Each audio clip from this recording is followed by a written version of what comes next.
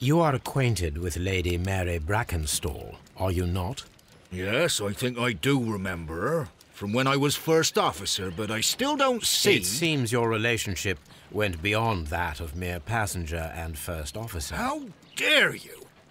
Indeed, how reckless a feeling is love, particularly if one is prepared to commit a murder in its name. Explain yourself this instant.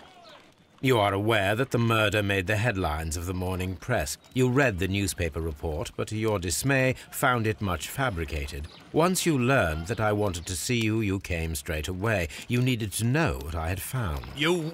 and what do you know? That evening, you were with Lady Brackenstall, despite the danger. I'm not afraid, Mr. Holmes. Besides, all of this is just guesswork. You would be right. If there was no evidence. What then? Lady Brackenstall was tied to a chair on the night of the murder. And it was you who tied her up. You call that evidence? Yes, as she was tied with a sailor's knot. Your handiwork. So, it's a sailor who's done it. That proves nothing, Mr. Holmes.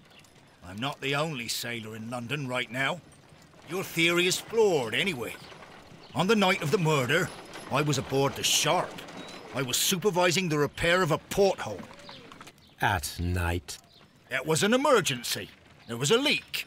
You can ask the ship's carpenter. He can confirm. I'm sure that he can. Perfect. In that case, we have nothing more to talk about. Good evening, gentlemen. Holmes, what should we do now? Would you like to check his alibi? No. There is no doubt that these men will testify in his favor, and there will be no way to check. So, what then? So, we must work with what we have. We have all the puzzle pieces. Now I understand why you dissected the bell rope.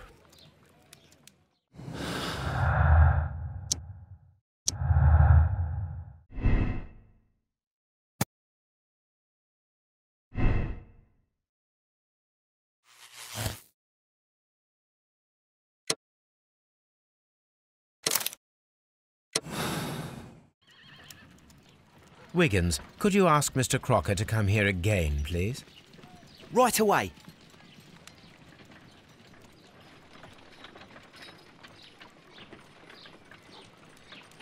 Why did you make me come here again, Mr. Holmes? It is over. I know that it was you who killed Sir Eustace Brackenstall. What? I know, because of the height at which the rope was cut. The knife used was a sea knife. The knots were sailor's knots, and not least the sheer force that was put behind the killing blow. And because you are the only one who knows Lady Mary Brackenstall in London. And because you love her. It's true. It is time for you to tell us the whole truth. I admit that I loved Mary madly from the first day that I met her. But I never did come to visit her, for I believed that she was in a happy household. When I talked to her maid, who told me everything, I was insane with rage. I was due to set sail for 6 months away. I wanted only to see her again. But it turned into a damnable nightmare when he barged in. He dared raise his hand to her. He was not even worthy of licking her boots. Oh, I regret nothing. I admit I killed the monster out of love for her. She will forgive me if she is able. Lady Brackenstall already forgave you. She said nothing. Mary. But that makes her an accomplice as well as her maid. It places her in danger yet again. Mr. Holmes. You would not have managed to protect her. Till I die, do you hear me? Here is a letter that sets everything clear. And it is the one that should be disclosed to the police. I am the only culprit. Mary had nothing to do with it. Now it is time to end this.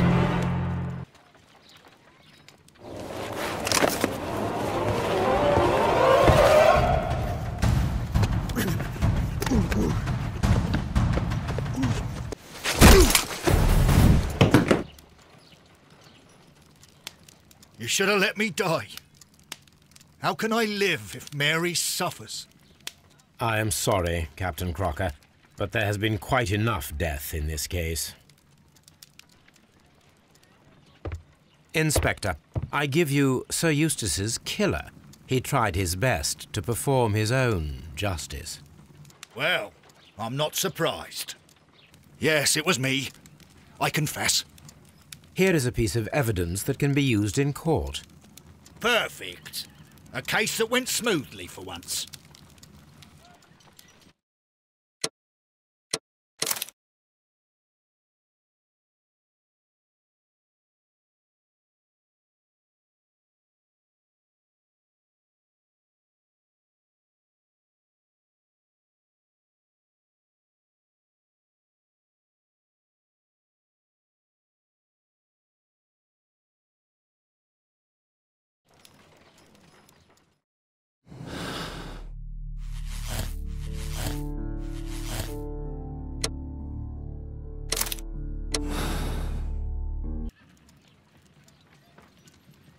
Wiggins. Right.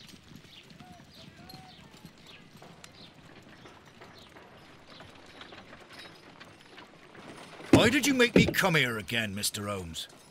It is over. What? And because you are the only one... It's true. It is time for... I admit that I loved Mary madly from the first day that I was due to set sail for 6 months away. Oh, I regret nothing. Lady Brackenstall, or... Mary. But that makes her an accomplice as well as her maid. Mr. Holmes. You would not have managed to protect her. Till I die, do you hear me? Here is a letter that sets everything clear. Now it is time to end this.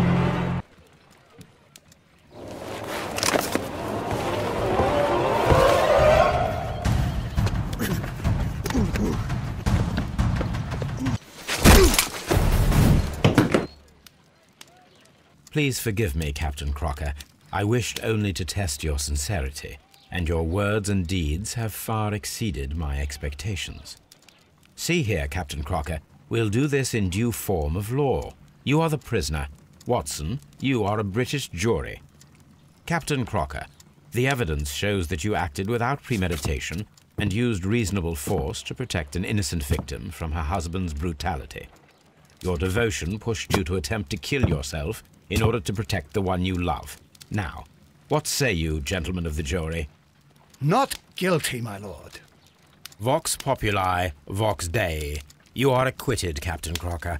So long as the law does not find some other victim, you are safe from me. Mr. Holmes.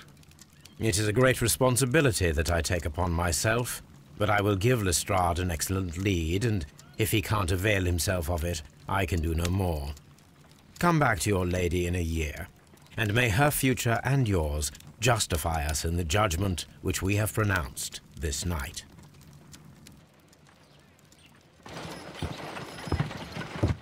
Inspector, I'm afraid that the murderers have escaped us.